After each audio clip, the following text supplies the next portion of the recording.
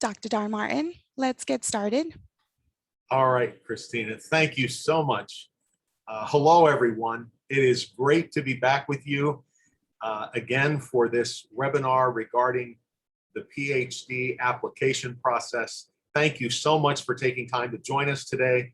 It's great to be presenting with my colleague and friend, Kevin Kiley, who you're going to be hearing from in just a few minutes. We're going to be kind of splitting up the presentation today so that you're going to get to hear from each of us and learn a little bit more about our backgrounds and so forth. But let me just start off by saying again, thank you for taking this time. I hope that by the time you leave us today, this webinar is concluded, you'll have felt it was worth your time. And if some of you are back who joined us in April, welcome back. We're thrilled to have you. And one last thing before we start going through the slides, I echo what Christina said about asking questions. Kevin and I are going to do our level best to keep this presentation to maybe about 40 minutes, 45 at the most, because we want to answer your questions. That's really what this is about, is answering your questions. So at any rate, that said, let's get started. You know, I just realized the photograph on the screen, I'm wearing the same top that I had on when I had that photograph taken. I do have other clothes. I don't know what was going on here, but I just had to laugh when I saw that photograph. That was not intended, but anyway, here we go. My background is on the slide here for you. I'll let you read that for yourself, but I do want to just say that I've sat where you're sitting right now and so has Kevin. We have both been prospective graduate school students. And so we have, I think, a distinct advantage of having been on both sides of the table, shall we say. We've been prospective students and we've been admissions deans, and we've been on that side. So if you're sitting out there today and you're thinking, oh boy, I don't know about this doctoral stuff, I don't know about graduate school, if I can really do it, I'm here to tell you that you can. If I can do it, anyone can, I'm telling you. So I've been there, done that, and it's based on that experience that Kevin and I have had that we've put together these slides today to tell you a little bit about the process. The next slide is just to let you know, again, about my own experience. I feel so fortunate on so many levels. I am the first member of my family that had the opportunity to go to college, let alone graduate school. When I applied for my PhD, I want to just put this out there right now. I was denied the first time around. This happens more often than you may think. And it has nothing whatsoever to do with your lack of competitiveness as a candidate. It has to do with, many times, the number of applicants applying in a given year versus the number of openings. Oftentimes, it could be as many as 100, 200 applicants for maybe 3 students they're going to take. So I didn't get in the first time, but I sure got in the second time. And you know what happened? On the second attempt, they not only admitted me to Northwestern, where I earned my PhD, they waived my whole first year of coursework because I had a 2-year master's degree, having told me no the year before. So that's my point. It wasn't about my not being a competitive candidate. It was much more about the number of candidates and just how many slots were open that year. So anyway, I wanted you to know that. Lastly, this was one of the most rewarding experiences of my entire life. Do I want to get another PhD? Absolutely not. But I absolutely, it was wonderful. It was a wonderful experience. So that said, one quick word about COVID. I almost took this slide out. I mentioned to Kevin yesterday that I decided to leave it in. Obviously, we are still in the throes of this pandemic to a certain extent. And I just want to say that we at Grad School Road Map obviously are aware of some of the challenges some of you may be facing in light of the pandemic still. And we wish you and your loved ones all the best as you continue to navigate this. And hopefully, maybe by this time next year, we'll not have to have this slide in our presentation. Now, at this juncture, I'm going to turn it back over to Kevin, and then I'll come back later in the program to pick up on some of the issues that we're going to present. So Kevin, take it away. Thank you, Dr. Don, and it's always a privilege to be presenting with you. Thank you very much. And Christina, thank you so much for your help in making it happen. And I can attest to the fact that Dr. Don, in fact, does have more than one shirt. He has two. I'm kidding. Dr. Don Martin, if you're not aware, is a bona fide guru when it comes to graduate school admissions. He is an awesome source of information. And if you ever have the chance to work with him, I cannot recommend it highly enough. He is incredible. And it's always a privilege to be working with him and to be presenting with him. So yeah, just a little bit of my background. Yeah, I was a graduate director for MBA admissions at WashU in St. Louis. My over 20 years of experience are almost all in leadership areas. I've also worked in corporate talent development, and I've been doing coaching in some form or fashion for actually a little over 12 years now. So I probably need to update this slide next time around. And I have a background in communications and editing, which comes in handy when I work with applicants on things like their resumes and CVs, their personal statements, that sort of thing. So that's a little bit about me. Okay, so here's today's agenda, the major themes, if you will. I'm going to talk a little bit about getting started in the PhD application process and the admissions process and that sort of thing. And then Dr. Don's going to come back and talk about two main areas. One, getting in and being positively noticed by graduate business schools and PhD programs overall. And then we're going to talk a little bit further about the personal statements, which is what most people would know as the essay when it comes to PhD applications and the critical importance of that. So those are the three things that we're going to be addressing here today. As Dr. Don mentioned, we do want to reserve time at the end of our discussion here today for your questions. So I would invite you to please use the Q&A box here in Zoom and submit those questions. Christine is going to come back at the end and help sort of moderate a Q&A. And we look forward to knowing what's on your mind and what we can be helping you with relative to what we're here to talk about today, that of course being PhD admissions. So let's talk about getting started. So this is something that is in almost every one of in fact, I think it's in every one of the presentations that Dr. Don and I do with Grad School Road Map. We talk about the biggest mistake the prospective graduate students make, and it's quite simple. That is that it's not doing adequate research before applying. This is a critical mistake that you don't be this person. When you decide where to apply and then do your research, it's this classic putting the cart before the horse. I'm guessing that everyone on our webinar here today, this is something that it seems fairly obvious. At the same time, the individuals that we have coached, oftentimes we have to sort of talk this through a little bit. Sometimes it happens when people sort of make up their mind where they're going to apply and then do their research. And it needs to be the opposite way around. Not doing your research before deciding where to apply is a great recipe for all kinds of wasted time, effort, money, resources, and so on and so forth.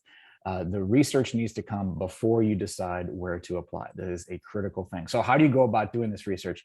Hey, I think I'm a PhD in business is going to be for me, and I have to decide where I'm going to apply. How do I go about doing that? Well, we encourage you to spread the net wide. Start with at least 10 or 20 options without any rank order. So determining different programs and not saying, okay, right off the bat, this is my number one choice, this is my number two choice, and so on and so forth. Just get some programs together that you think would be a preliminary fit based upon a number of different things. And we'll talk about that in a second. We encourage you strongly as part of this research to make sure that you're doing something or having some system for keeping all this information straight, because you're going to be getting a ton of information in and you want to make sure that you're keeping everything straight. Whatever that is, if it's a Excel spreadsheet, a Google Doc, a Google Sheet, an Access database, if you're an old-fashioned, pen and paper with hard copy file, whatever works for you, make sure you stay on top of the stuff and make sure that you stay organized. Would recommend, if you are doing, for example, a spreadsheet, which my experience is about 95% of what people actually do use, that you use it. Here's one way you could approach that way of staying organized. Think about all the different criteria that you might use to evaluate a PhD program and how you might determine whether a certain university's program could be a fit for you. What we're trying to talk about here when it comes to these criteria, the question is what are your priorities? What is most, when you think about where you might go for your PhD, what are your priorities? What are your gotta haves? What things are important to you and what things are not so important to you? And please understand that these things that are and are not important to you, it's very subjective to you. it's going to be different than your best friend who's also thinking about this, or some of you met, at the PhD project conference in Chicago, or, some friends from undergraduate. They may have their priorities. They may have the top things that they need or want out of their PhD program, and that's fine. You have to do you. You have to have your priorities around this whole thing. So, what could those be? My gosh, it could be almost anything. It could be all-star faculty in your area of research interest.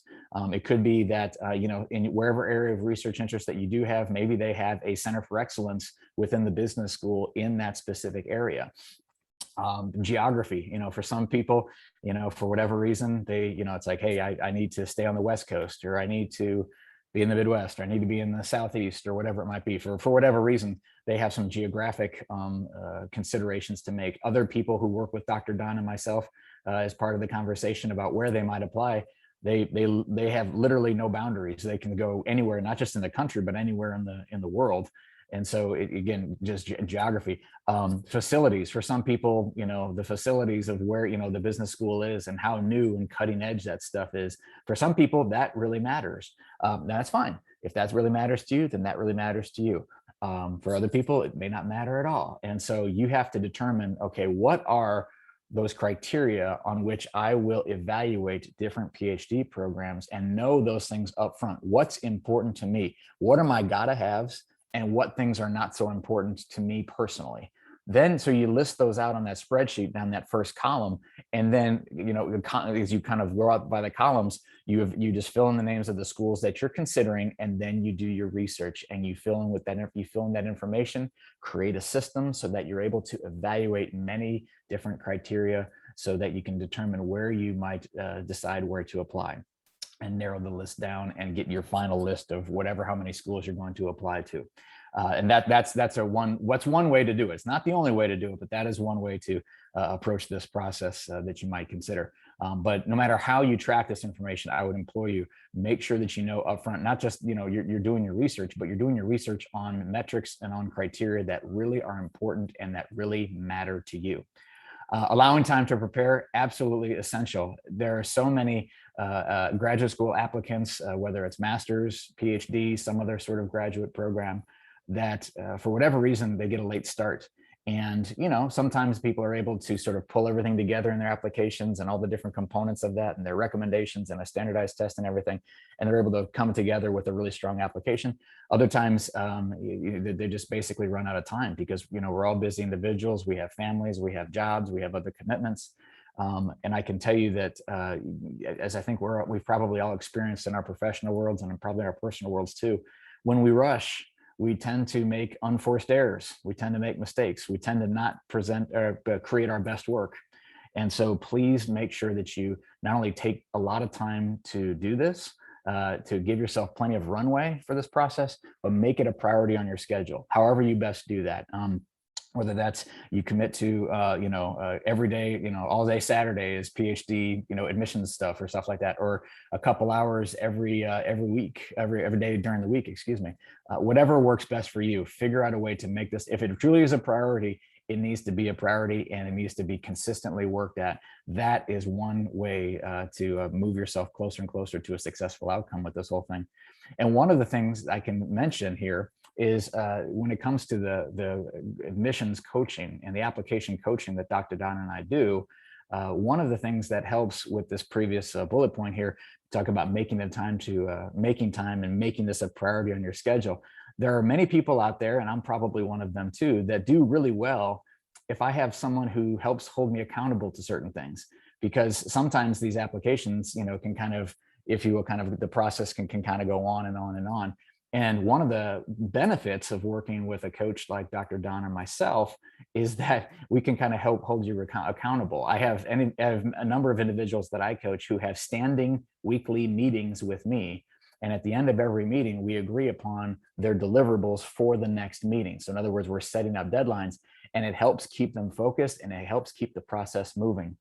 That's one of many things that you can take advantage of if you're interested in application coaching from either Dr. Don or myself.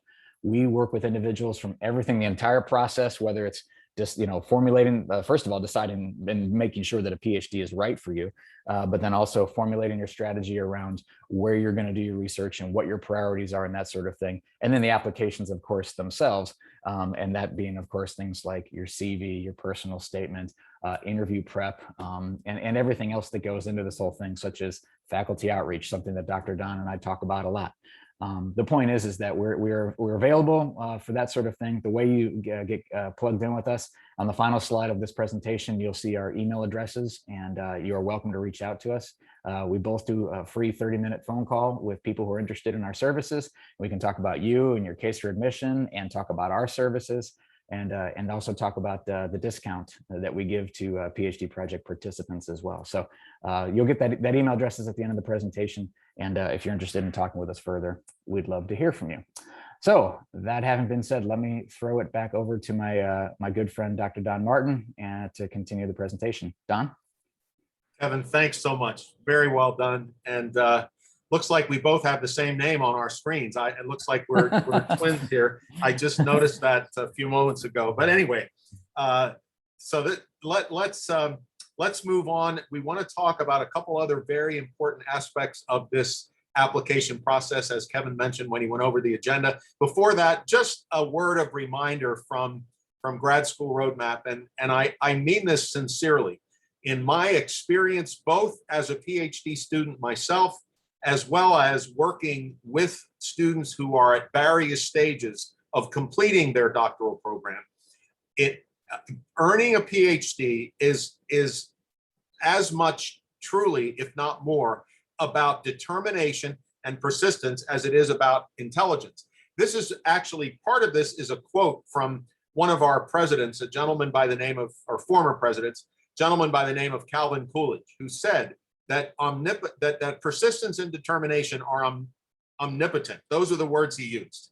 And I know in my 6 years going through my PhD, so many things happened. Life went on. There were so many things going on around me. And there were times that it was sheer determination that helped me get through.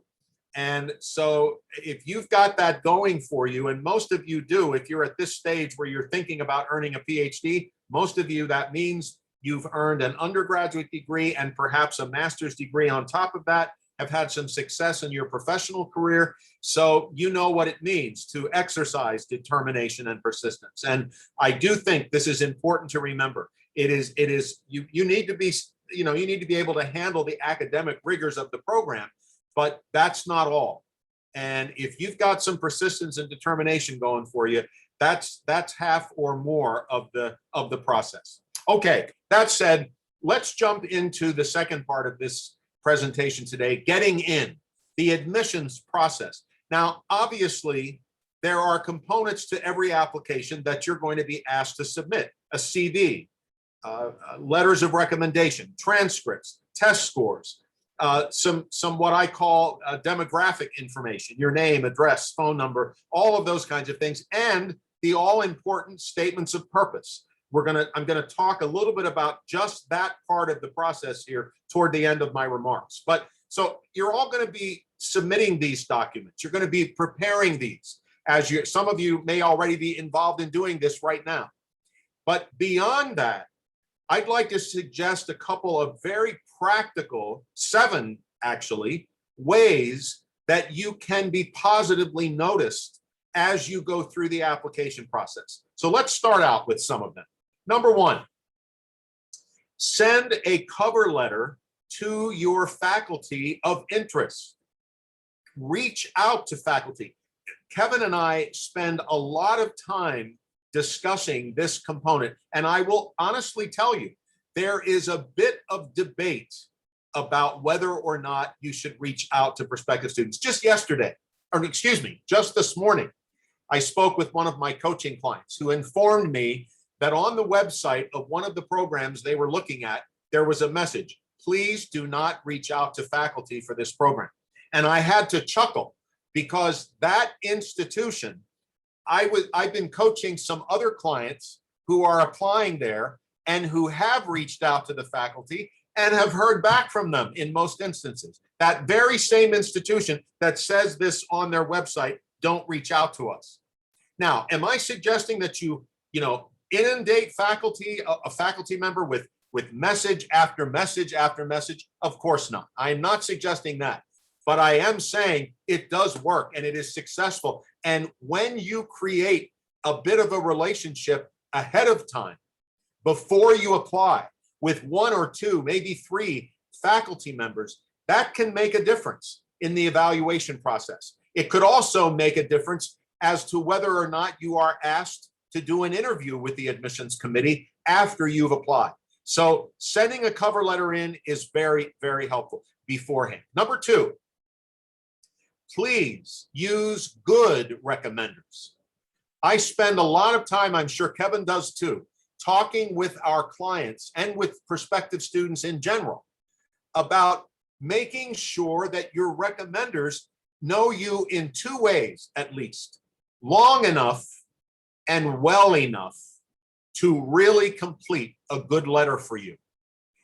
If you're having to choose between someone that might have some clout, let's say, maybe a well-known alumnus of the program or somebody that happens to know one of the faculty members of the program you're applying to, I can tell you 9 times out of 10, their recommendation isn't going to mean as much if they don't know you that well versus someone who's been involved in your professional career for a while. You've known them in a professional level for about 3 years, 4 years, 5 years. One of my clients has a faculty member from undergrad they've been in touch with ever since. They've kept in touch with. This person's going to do one of their recommendations. That's phenomenal if that can happen. These individuals need to be able to basically tell the admissions committee, look, I know this person. I know them. I have worked with them in these capacities, in these ways. I know they can handle the rigors of a PhD program. I know they can do it. And here's why. They need to be able to provide examples of what, if they're asked to give your strong points and all they do is say 2 or 3 adjectives about something they think you're strong in, they've let you down. They need to provide evidence of that. Otherwise, it looks like they just picked something out of a hat. This happens more often. Most recommendation letters, I'm telling you, are not worth very much. They don't do a very good job. But when there's a good one out there, let me tell you, your clout as an applicant goes up, folks. It really, really goes up. I'm telling you. So please use good recommenders who know you long enough and well enough to write that letter. Okay, number 3. I wish I didn't have to say this, especially at the doctoral level, especially with doctoral candidates. But I do. You need to follow directions. If you are asked to submit a personal statement that is no more than 2 pages in length, don't provide a 5-page statement of purpose. If you're asked to submit 2 letters of recommendation, don't submit 5. What does this tell the admissions committee? It tells them that you don't either read very well, or if you do, you don't really follow directions. So what does that say about how you're going to follow directions as a PhD candidate in the program, doing what you're supposed to be doing?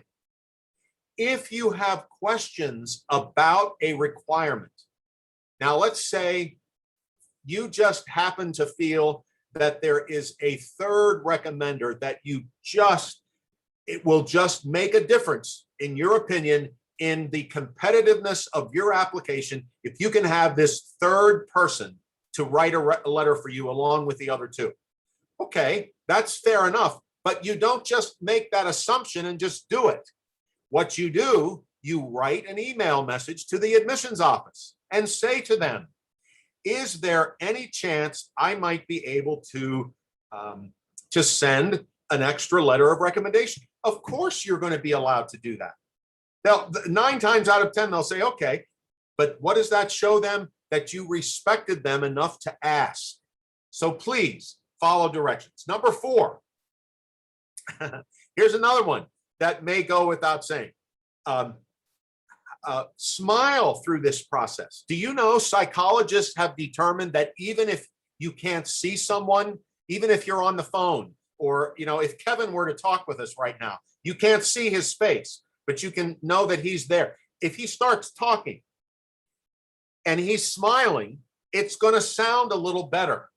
It just does. Or if you meet someone in person and you're a little nervous at the beginning, maybe you're doing a campus visit at one of the schools you're considering, or you're having a Zoom call with a faculty member or someone on the admissions office or a current student or a recent graduate, and you're probably a little nervous. That's understandable. But one of the ways to break the ice before you do anything else is just smile. It causes you to relax a little bit.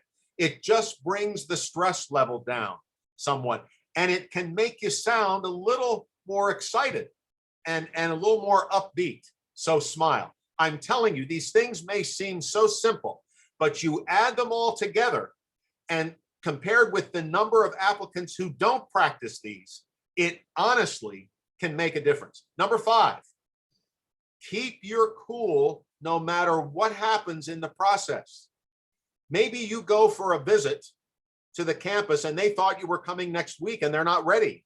Or you have an appointment with somebody and they forget it, they don't show up. Or you submit your application and you get a message from the committee saying, we don't have this, we don't have your test scores, we don't have a transcript, we don't, and you sent all of this. You absolutely know that you uploaded everything or had this.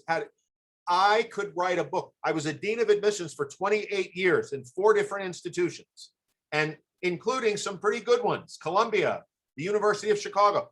I could write a book at the way applicants would respond when they found out that something they thought they had done, somehow we didn't get on our end. They would scream, they would yell, some of them would use profanity. Can you believe this? They honestly did. Now, obviously, if that happened, they were denied on the spot. Their application was withdrawn. My point is, if something happens, this is not, we have a lot of reality TV shows today. We have a lot of these programs where they try to surprise people and they don't know what's going on. And that is not the case here. Admissions offices are not trying to deliberately trip you up or cause you more angst or more stress. And if they happen to reach out to you to tell you they're missing something, they're doing you a favor. And you now, as frustrated as that might feel, you want to say, oh, thank you. Thank you for letting me know. I'll get that to you. I thought I sent it, but I'll get it to you right away. That right then and there tells them what you're like. Now, very quickly, I know our time is running, but I have to tell you, we had an applicant at the University of Chicago when I was working in the MBA program there. We lost their application. This was before online application. We lost their application. My staff came to me, said, Don, we can't find, do you have it in here? I said, no, I don't. I had to call this applicant. I later learned we were her first choice. This was the school she wanted. I was calling her at a time when I was calling other students to tell them they'd been admitted. I used to do that. I would call all the students before they got their letter to tell them they got in it. My favorite part of my job. So I called this student. When she heard my voice, she said, oh, Dean Martin, I'm so excited to hear from you. She thought I was calling to tell her she was admitted. I was calling to tell her that we had lost her application. Could you imagine? She went from 60 seconds from thinking she was admitted to finding out that we didn't have her application, and then that it was completely lost. Could you imagine? Do you know what she did? You know what she said to me? She said, oh, I'm sorry, what can I do? You know what? I decided she was in right then and there. Thank God she had a good application.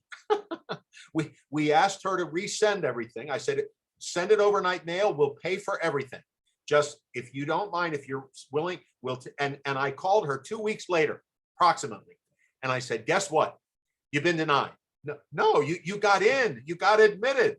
And I said, I have to tell you, I will probably be telling your story. And I have all these years later, I still share this. So again, keep your cool. They're not trying to mess you up. They're not trying to frustrate you. They're not trying to test you. But nonetheless, if something goes wrong, how you react is huge. Number 6, ask good questions, folks, especially at this stage.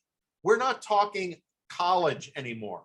We're not even talking master's programs. We're talking folks who should know better that are applying for a Ph.D. program. the two worst questions to ever ask in an admissions process of any kind are, number one, what are your application deadlines? They're plastered all over the website. And the second one is worse than the first, especially for PhD. Do you offer financial aid?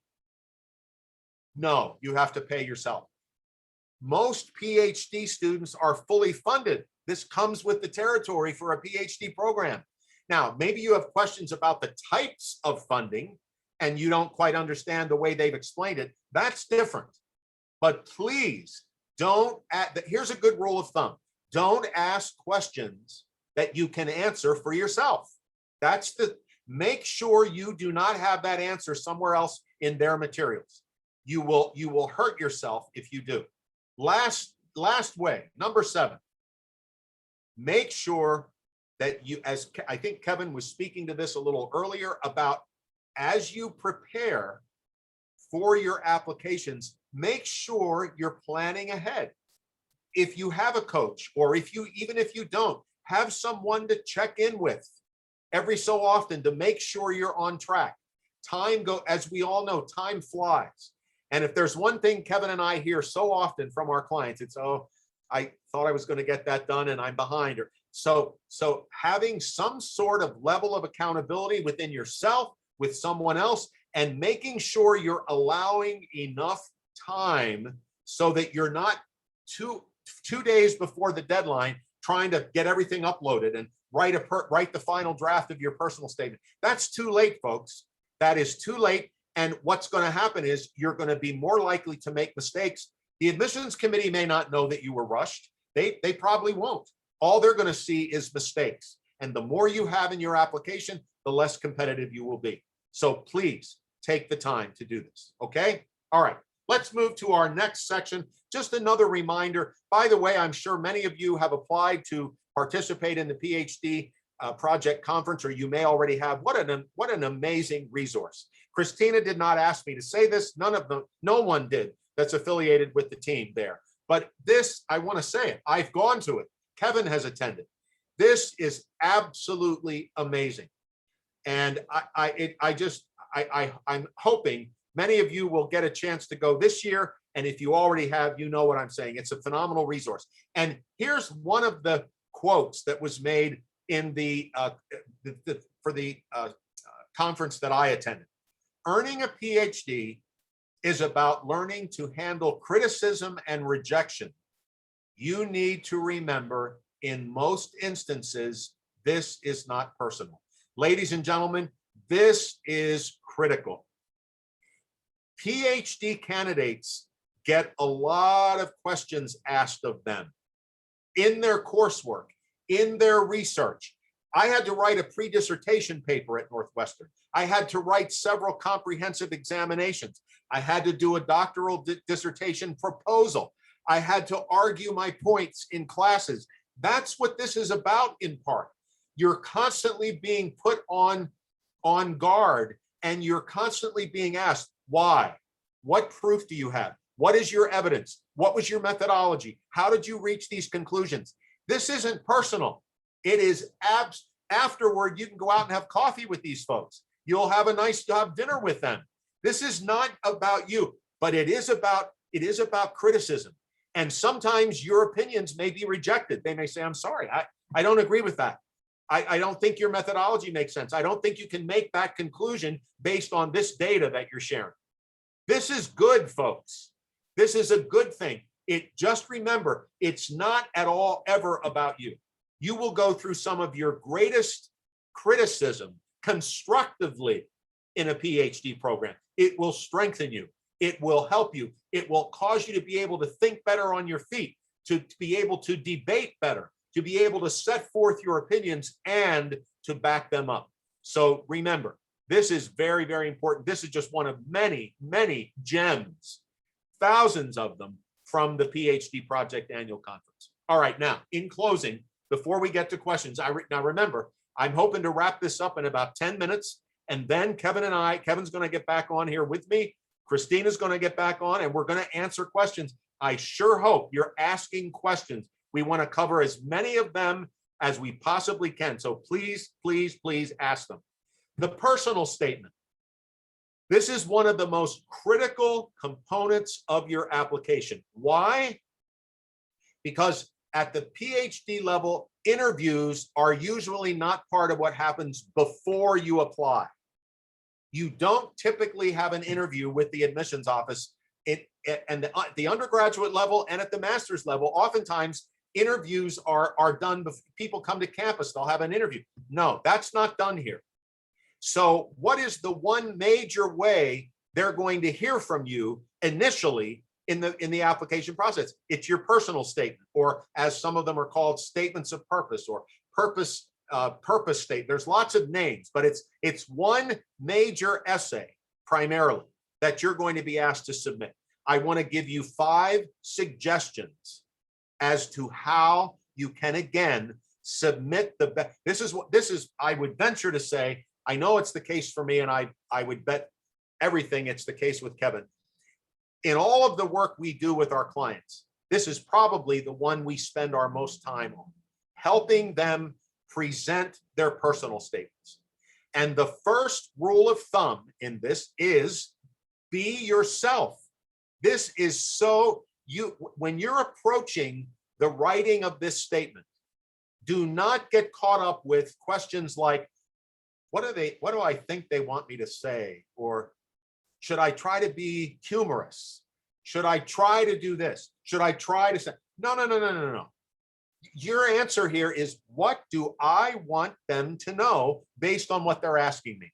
In my voice, coming from me. One of the mistakes that often is made in the coaching process with statements of purpose is an applicant will send their statement of purpose to their application coach or consultant. That coach or consultant will take that statement and completely redo it as if they were the ones applying. Oh, that I'm not saying that's intentional, but that is, to me, very dangerous, because you want them to almost feel like you're sitting in a room with them, talking with them as they read this statement. This needs to be your voice. It needs to be your thoughts in the way that you are wanting to convey them. So please be yourself. As Oscar Wilde said, everyone else is already taken. Okay, number 2. Again, I'm repeating myself here. Let the committee, as I just said, one of the best ways to get ready to write your personal statement is to sit down and pretend, talk it out loud first. Pretend you just were asked. Let's say there are 3 questions in the statement of purpose prompt. Why do you want to come to our program? What are your short and long-term goals? And what area of research are you interested in? Let's just say those are 3 questions that are included in the personal statement prompt. Then if I were you, I would sit down and talk them through out loud as if you were talking with someone. Then you go back and start writing. If they can hear your voice in your words, if that comes off the page, you're ahead of many applicants. Okay? Number 3, one way to help you. I had a client just the other day. We were talking about personal statements. They said to me, Dr. Don, I don't know how to start. I don't know. I'm not a good writer. I don't know how to start doing this. Maybe that's a concern you have. How am I going to put all these thoughts together? Well, here's one way that has been tremendously helpful for many of my clients. When you get the overall prompt for your statement of purpose and you see what the questions are, again, let's say it's those 3 questions at least: your short and long-term goals, why you're interested in that program, and what are your research interests. So before you do anything, create an outline with some bullet points. It's almost like playing word association. Just write down everything you can think of that you might want to say in answering these questions. Now, you may end up not using all of those bullet points, or you may reorganize them. But the point is, don't think, oh, that's ridiculous. No, just whatever comes to your mind, write it down. Just make a list of bullet points for every question in the prompt.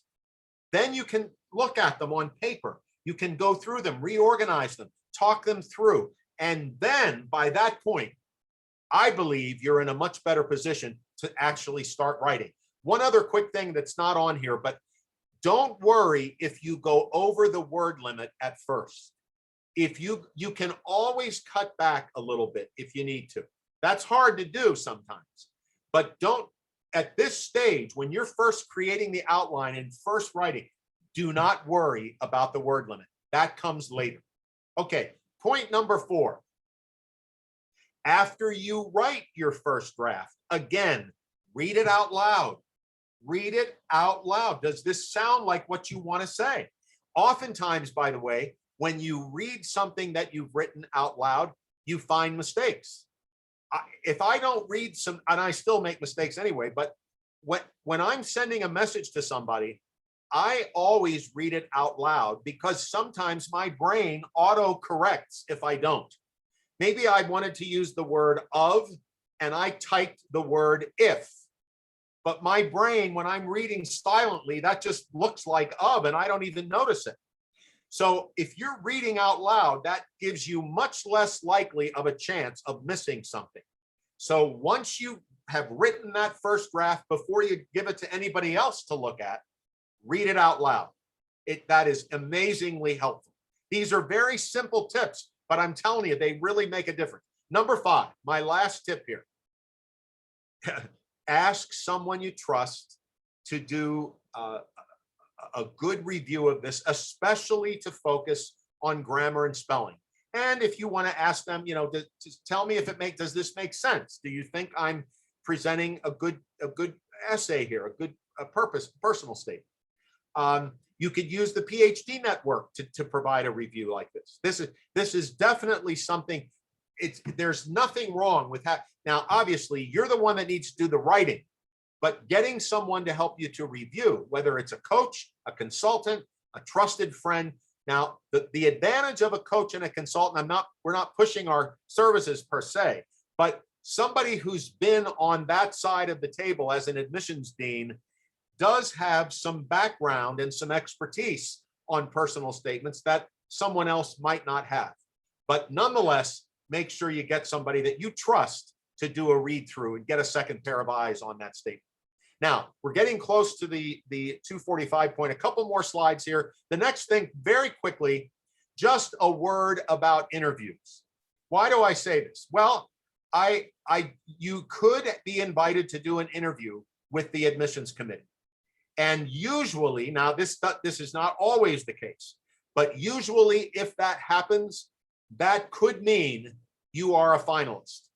They may be saying, okay, we have 5 spots open this year for PhD incoming candidates. And we're going to admit 8 people before we choose the 5. It's very likely if you get invited to do an interview after you've applied, it's going to be because you're a finalist. There are usually 3 types of questions.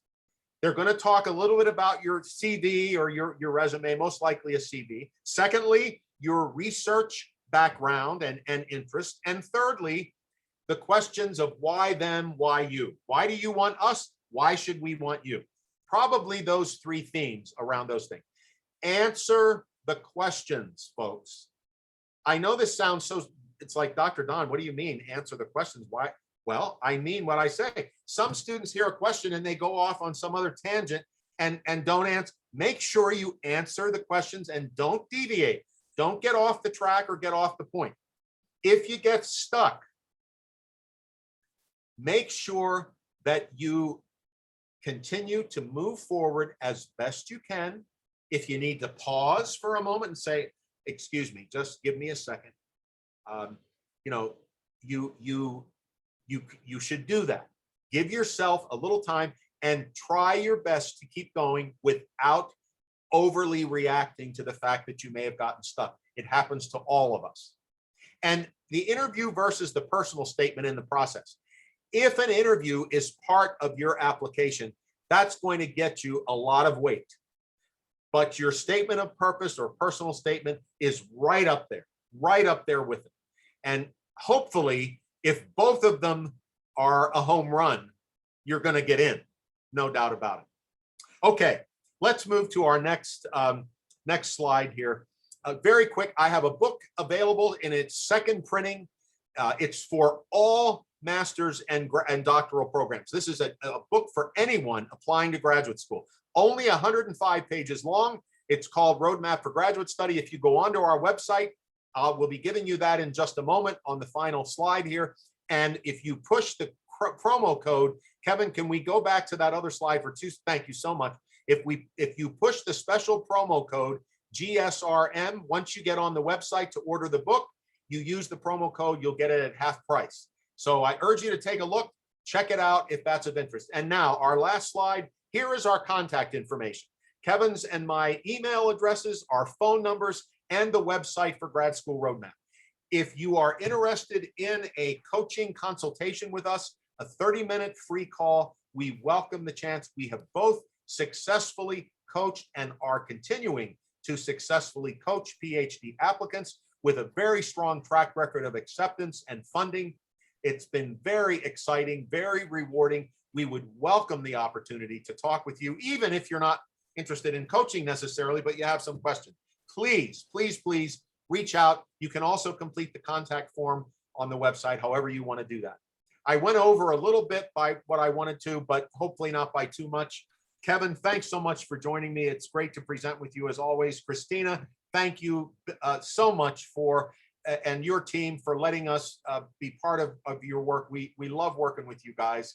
And now I hope we've gotten some questions. I am going to turn the microphone back over to Christina, and we'll see if we can answer some questions if we have. Thank you, Dr. Don. We do have some questions for you.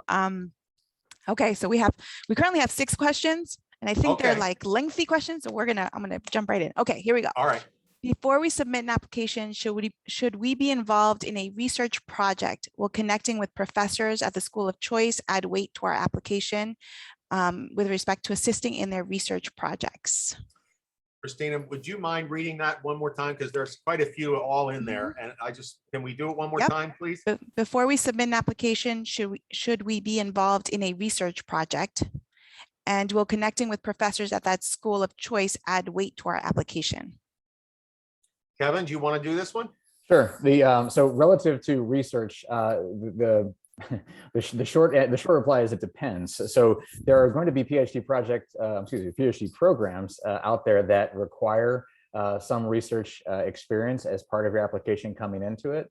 There are others that don't. And so as part of your research on specific programs, that's definitely something you can dive into and find out more about. And that is that what are the requirements around this, if there are any at all? Certain programs are looking for basically individuals who they may or may not have research experience, and their disposition is that, hey, as part of being in our program, we'll teach you how to do that sort of thing, as long as you clearly have the appetite for that sort of work and have the drive and the motivation and the intellectual horsepower to do that sort of thing. So it does depend. Generally speaking, though, having research experience already coming into a PhD program is generally going to be an asset, but required, not in all cases. Relative to faculty outreach, again, Dr. Don said it pretty well, and that is that this generally can be a major asset, and it's something that, generally speaking, we strongly recommend.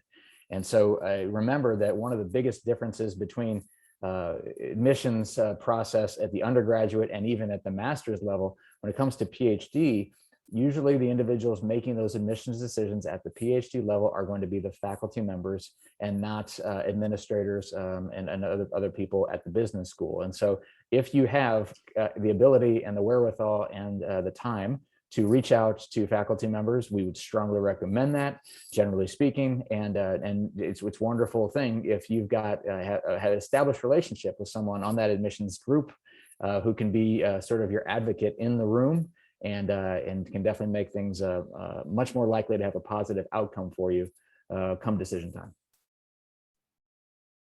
Okay, so sticking with that, I think, what should the cover letter include? Is an email okay? Any protocols around the letters?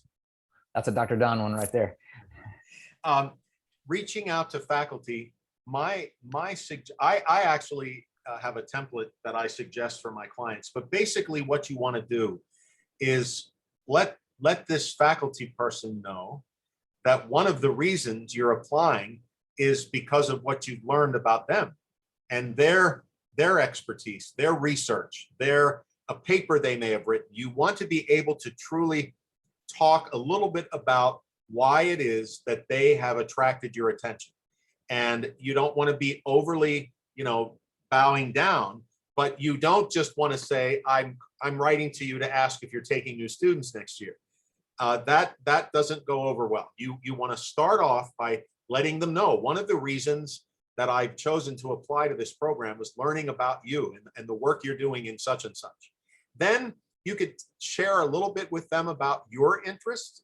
You don't have to have it set in cement. In fact, I encourage you not to have your research interests so set in cement that the faculty member thinks, well, my gosh, this person doesn't need my help, or they don't need my input. They're already, you can say, as of now, or at this point, I am leaning toward looking, or I'm interested in looking at this area.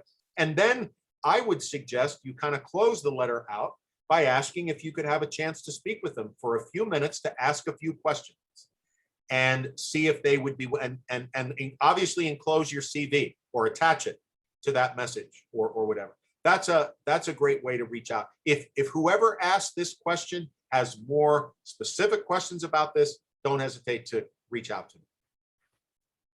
Okay, moving on to statement of purpose. Statement of purpose versus personal statement.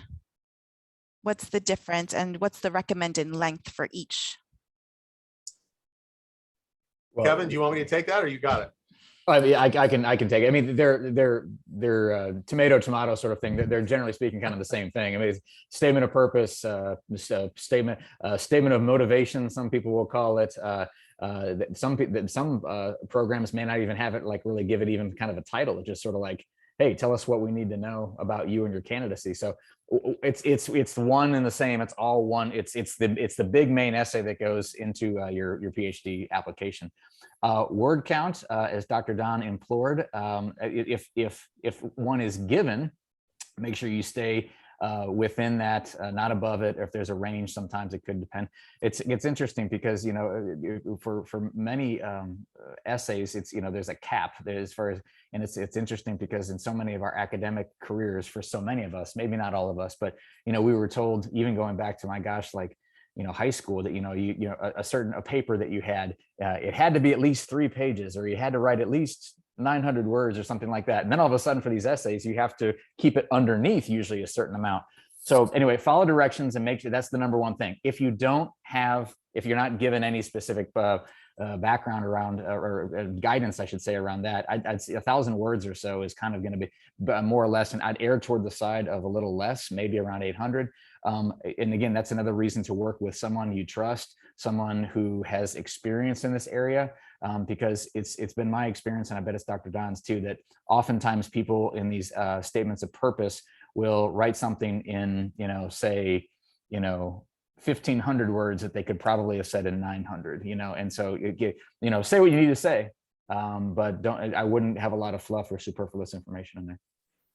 I want to quickly add one thing. For the first time ever in my coaching, last year, I had a student, a PhD candidate, who was asked to submit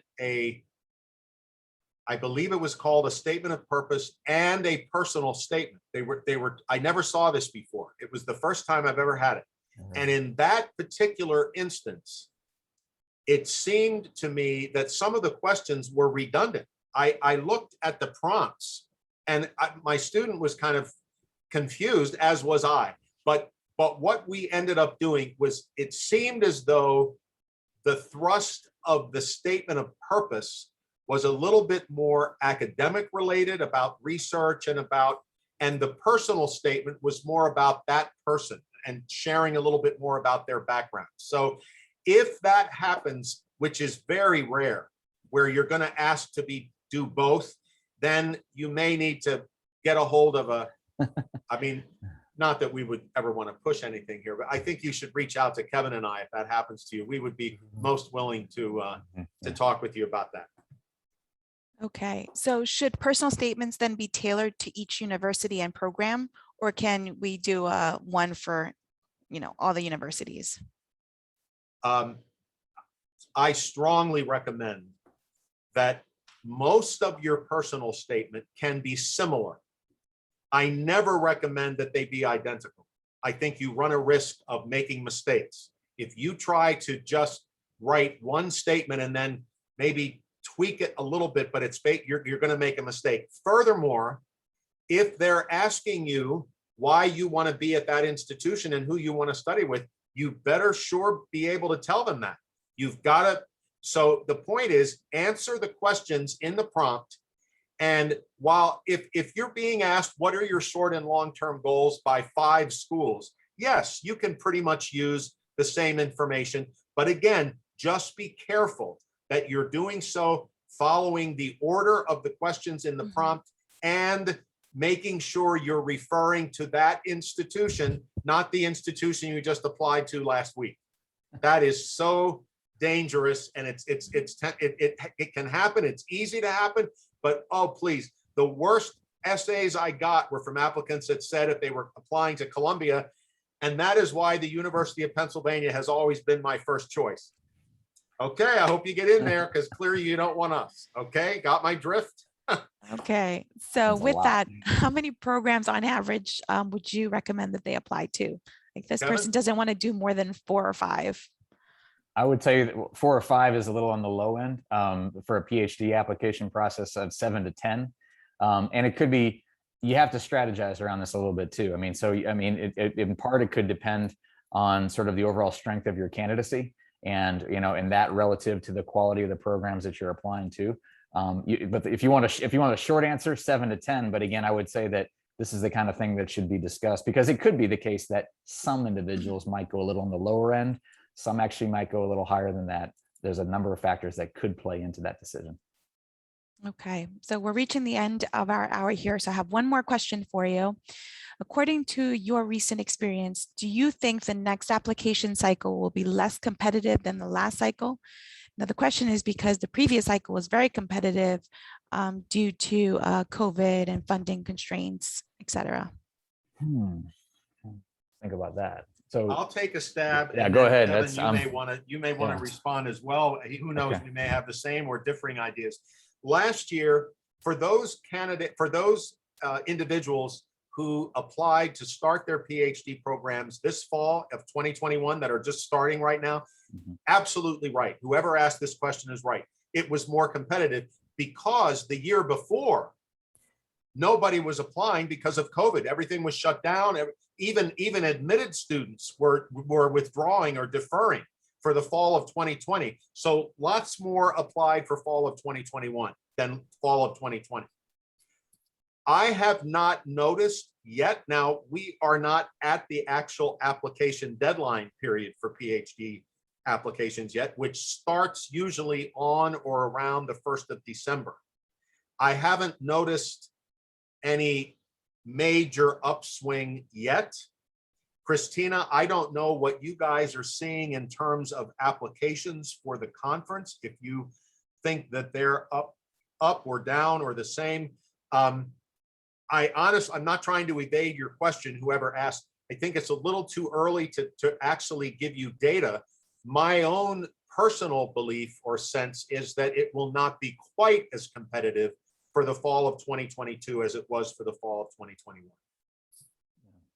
And the only thing it's a crystal ball situation, we can look at different sort of factors playing into it. The only thing I would add in addition to Dr. Don's great points there is as if by chance the question behind the question here is timing your application, I would suggest that the best time for you to apply is when you are ready to apply.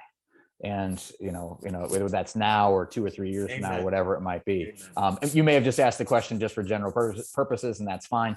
But I would encourage any applicant not to try to sort of strategize around that as one of their lead considerations of when they should start a PhD program. Okay. Well, thank you both for that. There's a couple of questions left, and I will share those with you, and so that you can reach out to people directly. That's okay. All right. So Dr. Don and Kevin, this hour usually goes very quickly with us. So thank you very much for that. You guys are always so entertaining and informative. So this session, again, will be recorded within the next 24 to 48 hours. You'll receive an email from us with additional information and contact information for our friends at Grad School Road Map. Thank you both for joining us. Thanks everybody for taking the time today. We hope you have a wonderful day. Thank you.